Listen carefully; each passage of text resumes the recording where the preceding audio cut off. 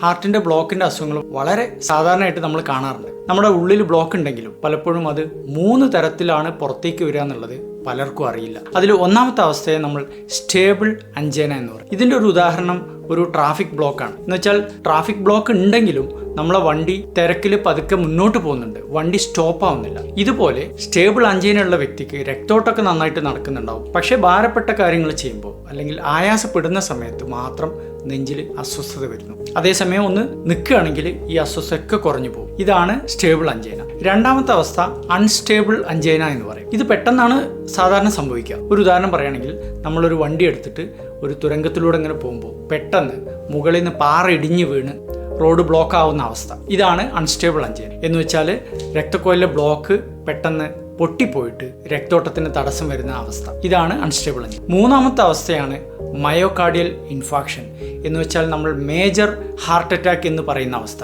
ഇതിൻ്റെ ഒരു ഉദാഹരണം എങ്ങനെയാണെന്ന് വെച്ചാൽ നമ്മളെ മുല്ലപ്പെരിയാർ ഡാം പെട്ടെന്ന് പൊട്ടുകയാണെങ്കിൽ എന്ത് സംഭവിക്കും? വെള്ളം ഒന്നായിട്ട് ഒഴുകിയിട്ട് താഴെയുള്ള എല്ലാ ഗ്രാമങ്ങളും ടൗണുകളും എല്ലാം നശിച്ചു പോകും.